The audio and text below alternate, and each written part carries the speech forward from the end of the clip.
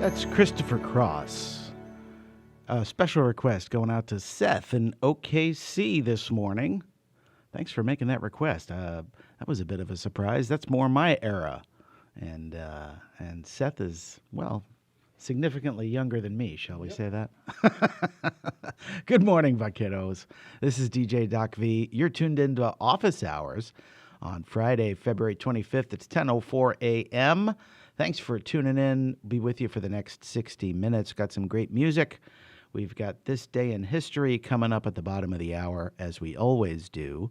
And I've picked another student published poem from Gallery Magazine, the 2021 edition. So I'll be reciting that for you later. It is 44 degrees in the Rio Grande Valley. Kind of a gloomy day. Sprinkles, chilly. The weather forecast last night I watched on the television, the local weather forecast, said that we were 30 degrees below normal for this time of the year here in the Rio Grande Valley. So, yeah, that's pretty significant. In fact, it's even more.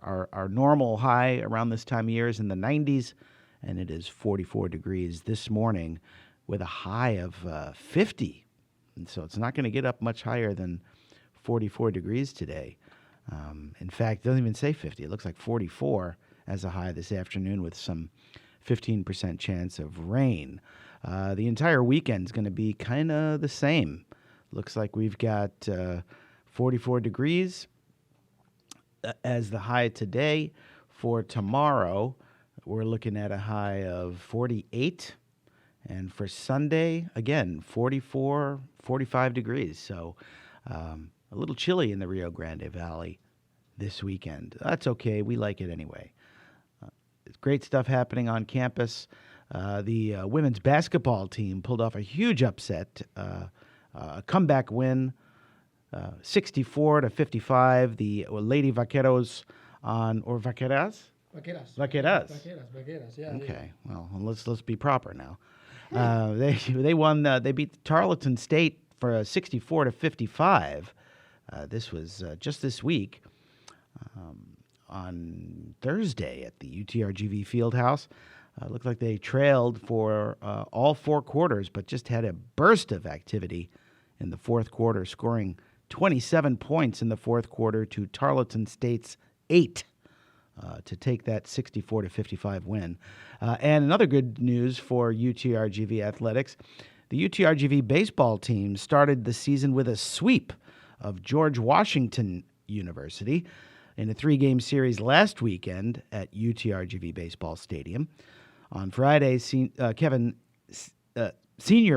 Stevens and junior Jesus Aldaz pitched a one-hit shutout to lead UTRGV to a 3-0 season-opening victory, all while wearing the throwback Pan American University uniforms to celebrate the 1971 College World Series Bronx team.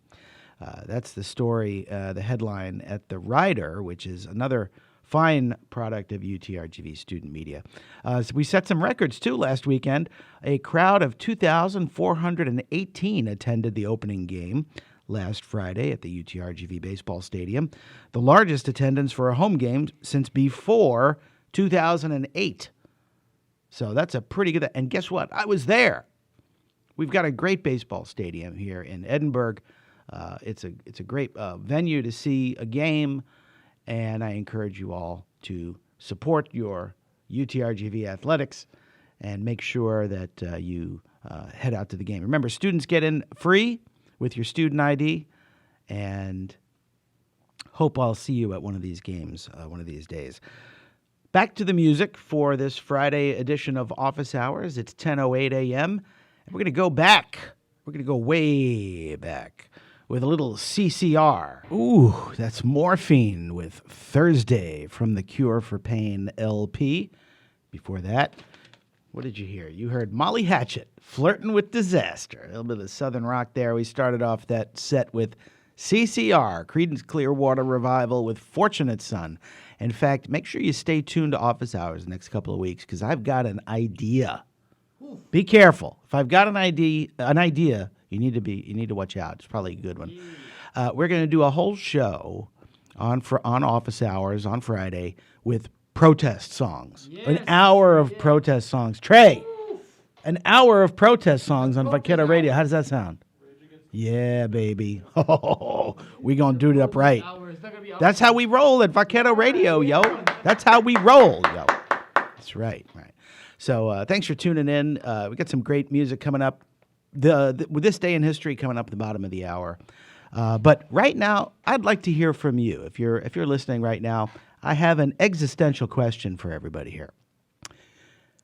French fries for breakfast, yes or no? Oh my God! That's what I want to know. What do you guys think? French fries for breakfast, yes or no? Yes. Make sure you are on our socials.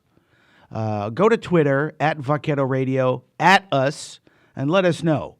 French fries for breakfast? Yes? No? Maybe? Something else? Qualify it if you would.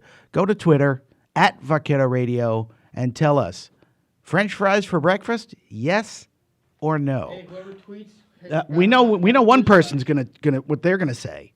We know one person who happens to be about 3 feet from me right now. He's gonna say absolutely yes, and that's all good. Hey, but I'd like to hear from anyone else. I'm gonna get a free French fries. He's gonna get free. Hey, and we're not doing this to get anything free. But if we get something free, that'd be nice. But while you're tweeting us and checking out our socials, we are broadcasting live on Twitch right now. So anyone listening on Twitch, make sure you go to Twitter, send us a quick tweet to @Vaquero Radio. French fries for breakfast? Yes or no? And while you're doing that, that's Post Malone on Vaquero Radio. Good morning, Vaqueros, with Circles. Before that, you heard Atmosphere. That was an in-studio from 89.3 The Current, the public radio station up in Minneapolis. Atmosphere with Smart Went Crazy. And we started off with our good old friend Outkast and Hey Ya. I tell you, there were some people doing some dancing in the studio with that Outkast song, that's for sure. Got people fired up here in the studio. Good morning, Vaqueros. It is 10:32 a.m. and 44 degrees here in beautiful Edinburgh on the UTRGV campus. I'm DJ Doc V. I'll be with you until 11 a.m. And as we do every week on office hours, let's talk about what happened on this day in history. Back on February 25th, 1964, 22-year-old Cassius Clay shocks the odds makers by dethroning world heavyweight boxing champ Sonny Liston in a seventh-round technical knockout. The dreaded Liston, who had twice demolished former champ Floyd Patterson in one round, was an 8-1 favorite. However, Clay predicted victory, boasting that he would float like a butterfly and sting like a bee and knock out Liston in the eighth round. The fleet-footed and loquacious youngster, who would later become known as Muhammad Ali, needed less time to make good on this claim. Liston, complaining of an injured shoulder, failed to answer the seventh-round bell. A few moments later, a new heavyweight champion was proclaimed. Cassius Marcellus Clay Jr. was born in Louisville, Kentucky in 1942, started boxing when he was 12, and by age 18 had amassed a record of over 100 wins in amateur competition. In 1959, he won the International Golden Gloves heavyweight title, and in 1960, a gold medal in the light heavyweight category at the Summer Olympic Games in Rome. Clay turned professional after the Olympics and went undefeated in his first 19 bouts, earning him the right to challenge Sonny Liston, who had defeated Floyd Patterson in 1962 to win the heavyweight title. So on February 25th, 1964, a crowd of 8,300 spectators gathered at the Convention Hall Arena in Miami Beach to see if Cassius Clay, who was nicknamed the Louisville Lip, could put his money where his mouth was. And in fact, Muhammad Ali, Cassius Clay, would go on to defeat Sonny Liston on that day in 1964. So that's pretty exciting. Let's see, what else happened on this day in history? The 1940, on February 25th, 1940, the National Hockey League game televised in U.S. for the first time. The first telecast of a National Hockey League is transmitted over New York's W2XBS, the National Broadcasting Company's experimental station used to test TV technology. A viewing audience estimated at 300 subscribers watches the New York Rangers defeat the Montreal Canadiens 6-2 at Madison Square Garden. That was on this day in 1940. In 1870, the first African-American congressman is sworn in. Hiram Rhodes Revels, a Republican from Natchez, Mississippi, is sworn into the U.S. Senate, becoming the first African-American ever to sit in Congress. During the Civil War, Revels, a college-educated minister, helped form African-American Army regiments for the Union cause. In 1828, John Quincy Adams' son marries a relative at the White House. On February 25th, 1828, John Adams, son of President John Quincy Adams, marries his first cousin. What? Oh! They did things differently back then. I don't know. And inadvertently follows a pattern of keeping marriages within the family. Hey, look, this is nothing. This is not brand new, right? We know about this. Yeah. Teddy Roosevelt, his nephew was FDR, who married his fifth cousin, Eleanor. I mean, that's just the way they roll, I guess. What are you going to do? What else? Let's see. In 1949, actor Robert Mitchum is released after serving time for marijuana possession. Released from the Los Angeles County Prison Farm after spending the final week of his 2-month sentence for marijuana possession there.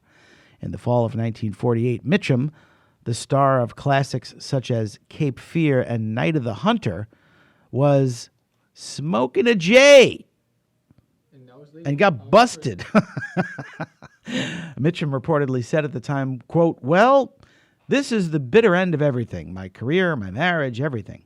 In fact, it wasn't really that bad. Mitchum was spared from his wife, Dorothy, at the time, but the two separated from his wife, but the two reconciled when she returned to support him through the scandal. A scandal! Got caught smoking a J. Oh, goodness gracious. Well, it's a different time. What else happened on this day in history? Let's see. Communists take power in Czechoslovakia in 1948. Under pressure from the Czechoslovakian Communist Party, President Edvard Beneš allows a communist-dominated government to be organized. So if you've been keeping up on the headlines, we know that there's some stuff going on in Eastern Europe right now. We can say Vaquero Radio stands with the people of Ukraine and hope that the conflict will come to a quick end. And it's unfortunate that that there's some stuff going on there in Ukraine, but our hearts go out to the people that are suffering under that conflict. So, Vaquero Radio and College Radio stand with you, and we hope that it will come to a quick resolution, and hopefully not a lot of lives lost. But war is never good. It is, 43 degrees right now. We're getting to a high of 45 today in the Rio Grande Valley. Chance of rain, so make sure you bring your umbrella. It's just enough rain to make you mad, right? It's sprinkling. I don't like that. I don't like that. We did get one answer on the question for the day so far. Let's see. French fries for breakfast. Oh, it's a GIF. Look at this one. French fries for breakfast. Replying to anxious Latin thought at Santana Perles. Hey, DJ Santana. Oh, is that DJ Santana? Yeah. Hey, DJ Santana tweeted us. Yes. French fries for breakfast. Yes. So they say. And Steve in Spokane says, hey, food is food. Right? Food is food. Now, we can't, hold on. We can say that, fast food is barely food, but it's carbon based. I guess it's, it's better than going hungry. Yeah, that's for sure. Right. That's for sure.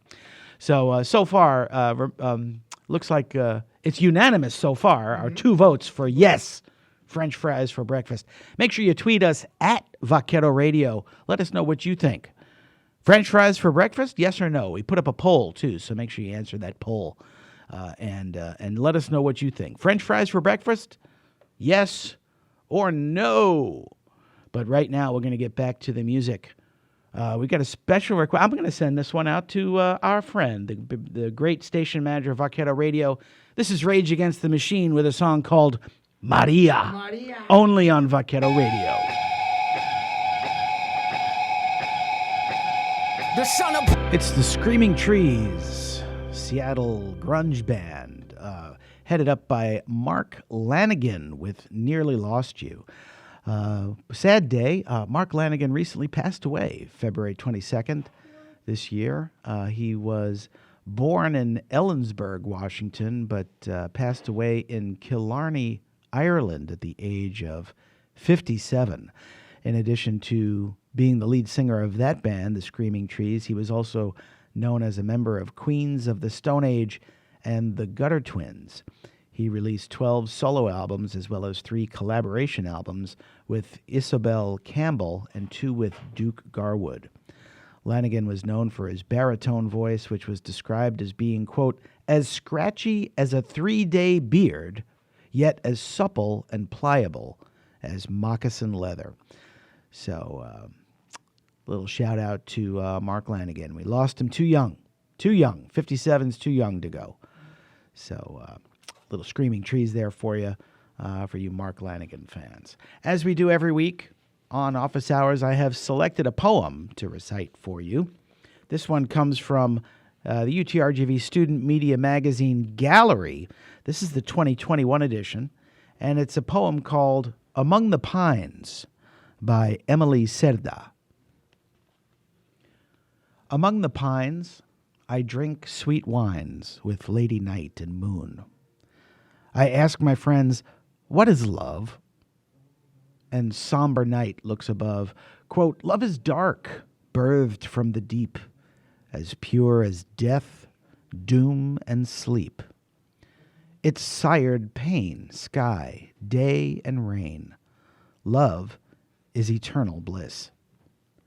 But mournful moon looks to a tomb and says, that is not so.